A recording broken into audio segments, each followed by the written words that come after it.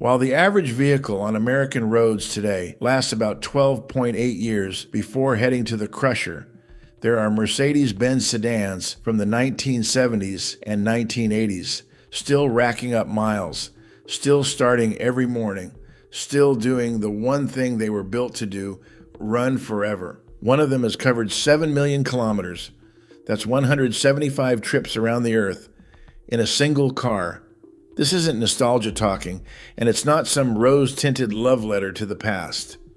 There are specific, measurable, engineering-driven reasons why classic Mercedes-Benz cars outlast pretty much everything else on four wheels, and today we're breaking down 5 of them. Let's start with the big one, the overengineering philosophy. There's a saying in the classic Mercedes community that gets repeated so often, it's practically scripture. These were the last cars built by engineers, not accountants, and nowhere is that more evident than in the W140 S-Class. The W140 launched in 1991, but here's the detail that tells you everything. Its development cycle took longer than its entire production run. Years and years of testing, refining, perfecting, not to hit a price point, not to satisfy a quarterly earnings report, but to build the best car possible. Full stop. Top Speed put it plainly. The W140 was the last car made under the philosophy of building the best car in the world, no matter what the cost. And they meant it. The doors featured vacuum-actuated, soft-close mechanisms that gently pulled themselves shut. The windows were double-glazed, not because customers demanded it, but because engineers decided that sound insulation should be unmatched. Every single detail was examined through the lens of asking, can we make this better? And the answer was almost always yes, regardless of what it cost.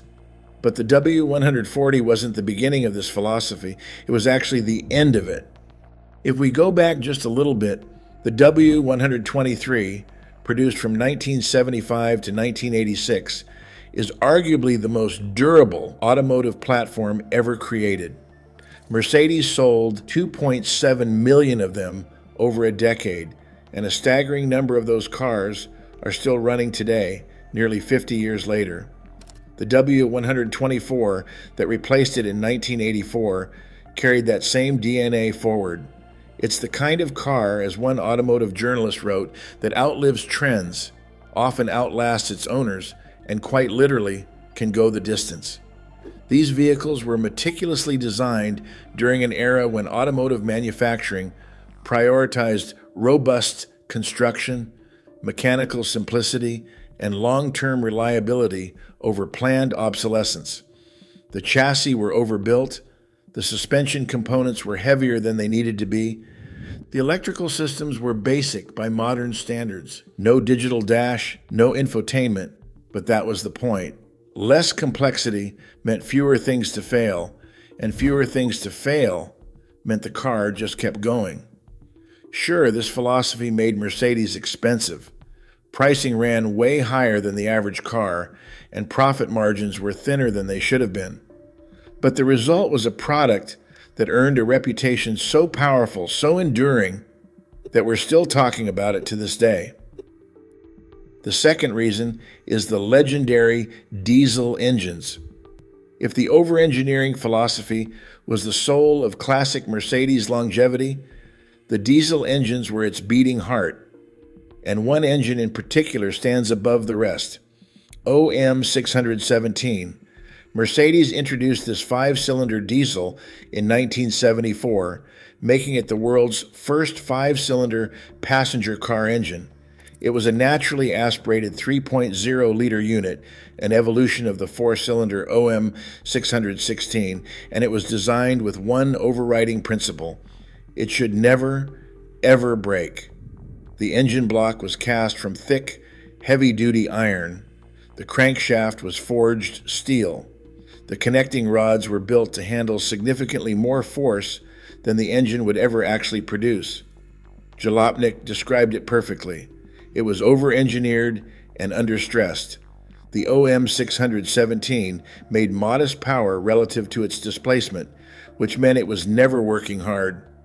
It was loafing, coasting through life, while lesser engines were gasping for air. Engineers paid obsessive attention to the cooling and lubrication systems, knowing that heat is the primary enemy of diesel longevity. The fuel injection was mechanical, not electronic, which eliminated an entire category of potential failure. The timing system was robust and simple, and critically, this engine came before the era of complex emissions devices like diesel particulate filters, AdBlue injection, and swirl flaps. There was simply less stuff that could go wrong. The numbers speak for themselves. Well-maintained OM 617 examples regularly exceed 400,000 miles. Many surpass 600,000 miles with only minor rebuilds, covering over 500,000 miles before a major overhaul is considered common, and many enthusiasts call the OM 617 a million-kilometer engine that's 620,000 miles as a matter of routine expectation. Real-world examples blow even those numbers away. Paul Harmon bought his 1976 Mercedes 300D brand new and used it for everything: commuting, road trips, family hauling. Over 3 decades, his odometer rolled past 1.15 million miles. That's not a typo. 1.15 million miles on one car. Then there's Grigorios Sachanidis, a taxi driver in Thessaloniki, Greece, who covered 2.85 million miles in his 1976 Mercedes 240D. That's 4.6 million kilometers in a taxi in Greece, where the roads aren't exactly gentle. Mercedes was so impressed they presented him with a brand new C200 CDI in 2004 as a farewell gift. His original car now sits in the Mercedes Museum in Stuttgart, a monument to what happens when an engine is built without compromise. The most astonishing example might be Domingo, a taxi driver on the island of Gran Canaria in Spain. He bought his W140 240D secondhand in 1988, and as of recent reporting, that car has covered 7 million kilometers. He drives roughly 700 kilometers per day, changes the oil once a week, 52 oil changes per year, and the car just keeps going. That distance is equivalent to 175 circumnavigations of the planet Earth in one car. The OM 617's legacy extends beyond taxis and daily drivers too. Its over-engineered DNA made it attractive to one of the most unlikely customers imaginable, Horatio Pagani, who selected the Mercedes M120 V12, a later engine that shared that same philosophy of excess as the foundation for the Pagani Zonda's power plant. When your engine is so overbuilt that a supercar manufacturer chooses it for $1 million exotic, that tells you everything about the engineering underneath. The OM 617 wasn't alone either. The OM 602, another Mercedes diesel, built a similar reputation. Some cars powered by the OM 602 have exceeded 500,000 miles, and others have cracked the million-mile mark. These weren't performance engines. They were endurance engines, built by people who understood that the best engine isn't the most powerful one. It's the one that never stops. The third reason is exceptional build quality and materials. You can have the best engine in the world, but if the car around it falls apart, what's the point? Classic Mercedes engineers understood this, and they applied the same relentless standards to every single component of the vehicle. Start with the body. Mercedes invested heavily in corrosion protection. With the W201 and W124 chassis, built in Bremen and Sindelfingen, Mercedes dipped the entire body shell in a rust-proofing bath before further assembly. After that full submersion, wax was injected into the box sections of the chassis for additional protection. The W124 specifically used zinc-coated panels and robust rust protection designed to withstand the road salting common on North American roads. This wasn't an afterthought. It was a core part of the engineering brief.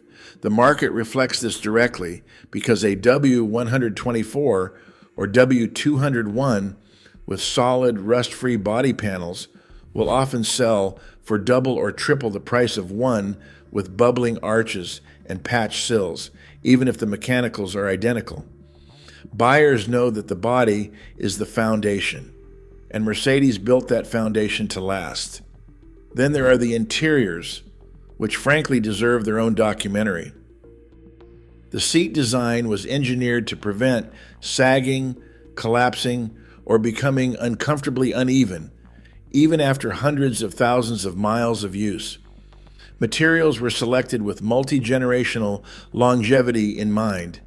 Exceptionally high-quality woolen fabrics, rich top-grain leathers, and the famously indestructible MB-Tex vinyl, all paired with construction methods that prioritize decades of service over flashy first impressions.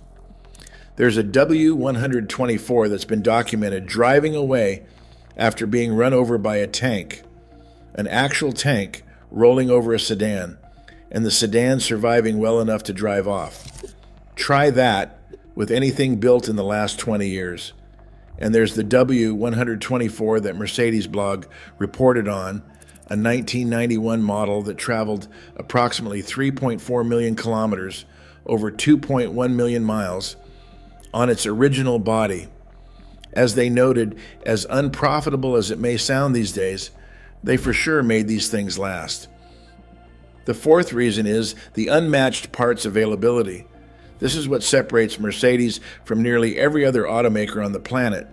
They still support their old cars actively, enthusiastically, and with real parts. Mercedes-Benz Classic maintains a catalog of over 160,000 genuine parts for classic vehicles. In 2026, to celebrate the company's 140th anniversary year, they released 140 newly manufactured parts specifically for classic and young classic vehicles.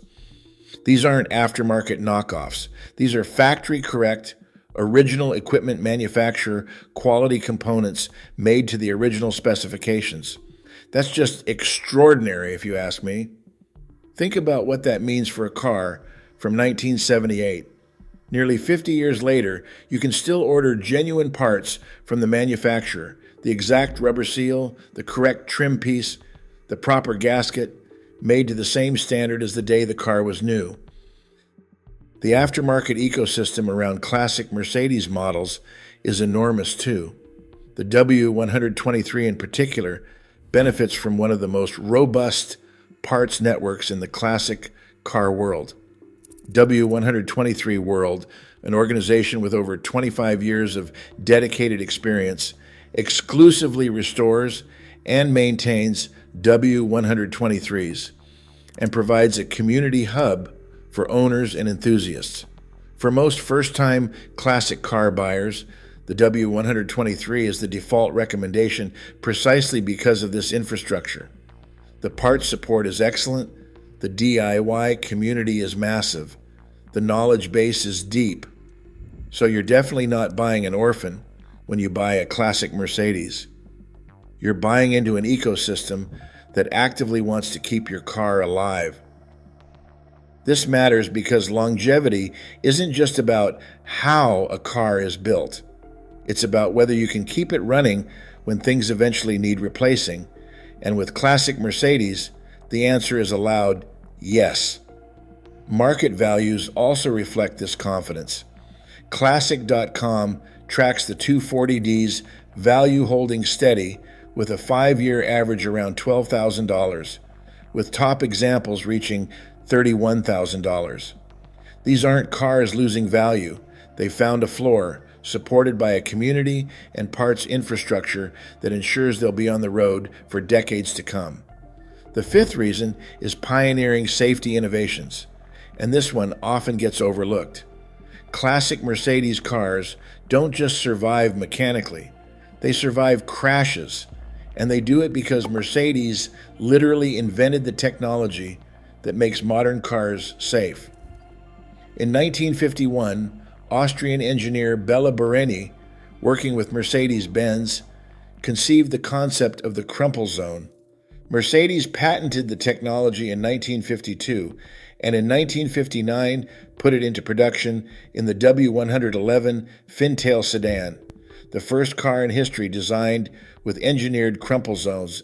Bareni's insight was elegant and revolutionary. He designed the front and rear sections of the car to deform and absorb impact energy sacrificially, while the passenger cell remained rigid and intact.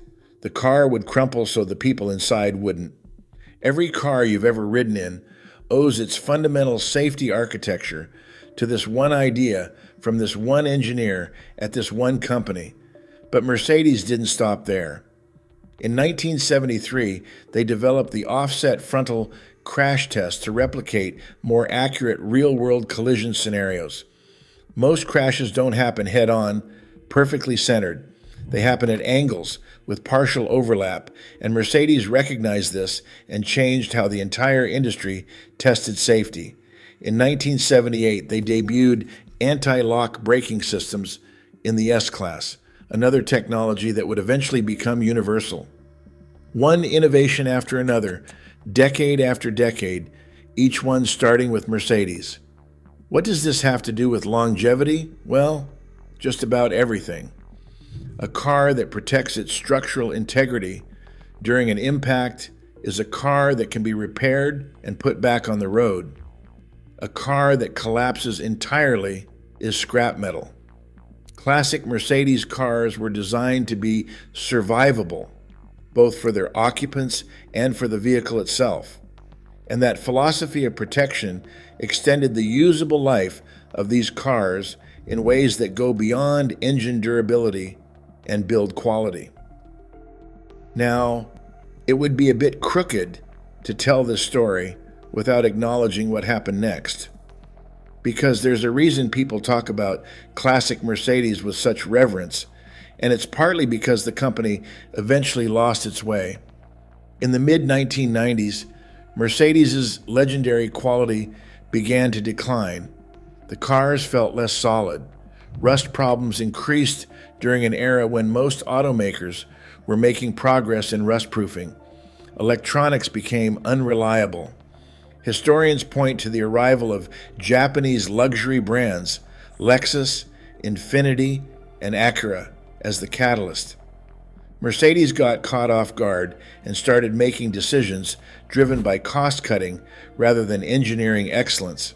The overengineering gave way to cheaper suppliers. The obsessive attention to detail surrendered to tighter margins. The worst period, by most accounts, ran from about 1998 to 2004. Mercedes eventually recognized the problem and began restoring quality around 2005 and 2006.